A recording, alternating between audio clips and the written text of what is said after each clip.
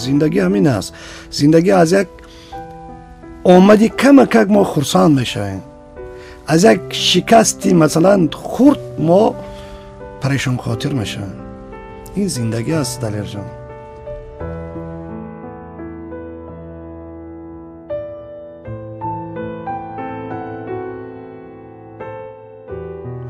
ما آرزو میکردیم که رادیو داشته باشیم، مگنیتوفون داشته باشیم، تلویزیون داشته باشیم و چیزهای داشته باشیم. آرزو میکردیم. بچهای امروز این چیزا دارن.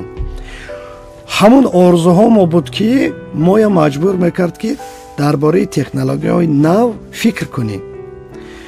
بچهای امروزه که دارن تکنولوژی نوترین امروز دسترسشون هست، اینها میتونن از اون زیادترش فکر کنن. مثلا وقتی که ما در تلویزیون تماشا میکردیم، بچه‌م گفت که خوشان که دادا همین برای چی تلویزیون گفت وقتی که موسیقی را نشون میدهد بوش نمیبره. من گفتم که بچه‌م مردم کردن که خودی صورتش نشون میدن تو میبینی. اکنون شما آینده ها باید که اینا فکر کنید که همون بوش هم بیاید.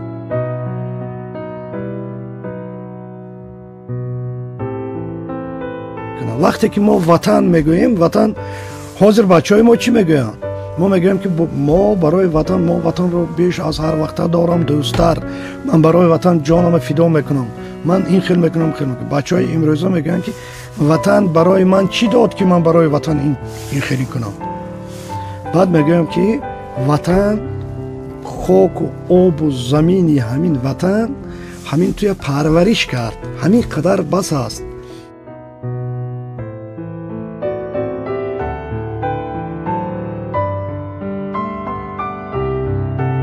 وقتی که صنفی 10 میخونده، درسی آخرین بود و بعد مکتب تمام میشد، جمع آمد میشد، زنگ آخری میزده، همصنفای من گریه میکردن. برای چی گریه میکنی؟ آخر ما 10 سال یک جا خوندیم، همدیگر ما خودی دوست و برادر شدیم، پگه همه ما جدا میشیم. و من میگفتم که برادر، من 10 سال به فکرم مرده همینجا ششتم که کی تمام میشود. من برایم از این دهه خورد، از این تماکو کاری، از این گاو و خر برایم و بلندتر روم، دورتر روم، یک شهر عظیم روم، یک آدم و آدمگری بینم.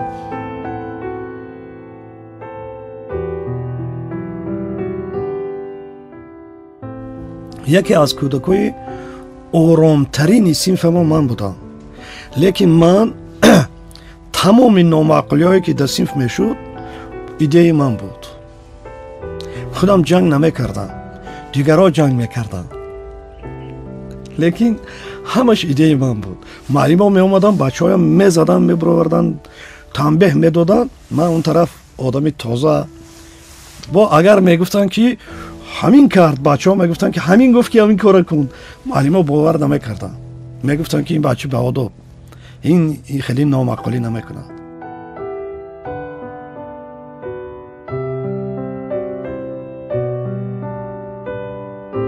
در تاجیکستان کودک از پیش خودش کودک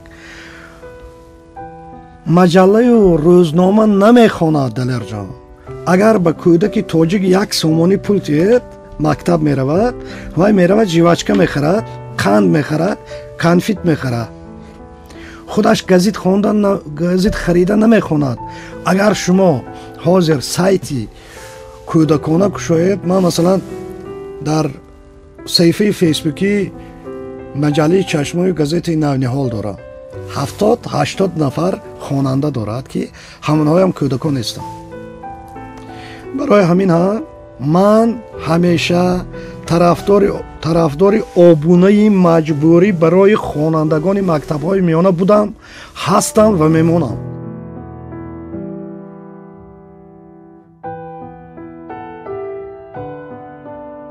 حاضر در بین عسکر بچه‌های ما، در بین بچه‌های جوان گریختن از عسکری، من این ابلوه هایی که حاضر شده است، اینها چی میگن، یک ریزونانسی منفی میبیاره. вақте ки инҳо агар набошад, масалан шумо аскар мешавед, 2 сол хизмат мекунед, мебояд таъриф мекунед.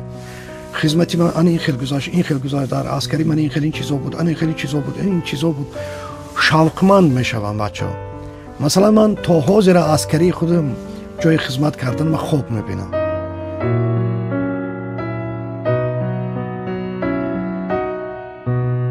دویمش درست‌تر است دلیر جان. کاری که من کردم خطا بوده است. برای اینکه آخران وقتی که شما میبینید که اون قدر زحمت کشیدید و قدر نیافتید، من شکایت ندارم از یگان چیز، لیکن من به سوال شما جواب داده استادم که شاید در جای دیگر زندگی آدم بهتر میگذرد. ها میگویند که هر جایی که خوش گذرد زندگی وطن همونجا. همین کارم به فکر من همین است. جایی که کارتون نقصتر و زندگیتون بهتر میشود، کار برای چی؟ برای یافتن معاش است. اصلا کار هانی که میگویند که من به این کار عشق دارم، و دروغ است. چی خیلی عشق داری وقتی که تو زندگی کردن نمیتونی، وقتی که معاش کودکات برده وقتش برساندن نمیتونی، و عشق نیست. و خود فریب کنی است.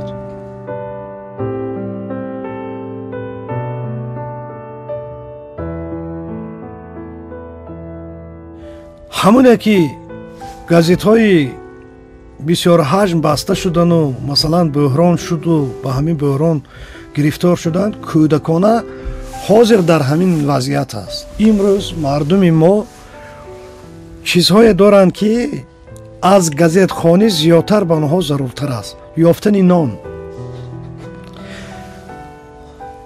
دو نان که به خانه ات نآری، مثال یک شعر داشتم من خیلی. پس این زندگی چیست؟ کجا می روی؟ برای همین مردم حاضر پیش از آن که گازیت خرند، اول فکر میکند که زندگی بهتر کند، شکم بچه هاش سیر باشد، با گازیت میخرد. من عبدالواحد زیور، ملیکوف عبدالواحد زیورویچ، کارمند مؤسسه دولتی مجله چشمه، عضو اتفاق نویسندگان، عضو اتفاق ژورنالیستان، از شما احترامانه خواهش میکنم که روزهای شنبه، یک شنبه برنامه رادیوی وطن پرس کلاب را تماشا کنید با اشتراک من.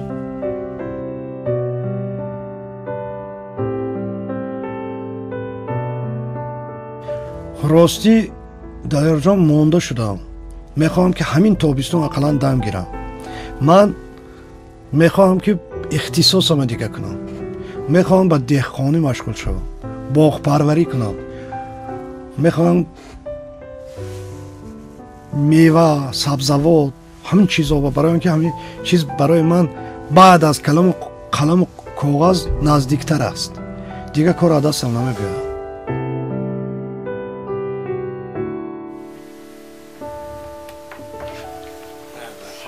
عکس گیریم باشه.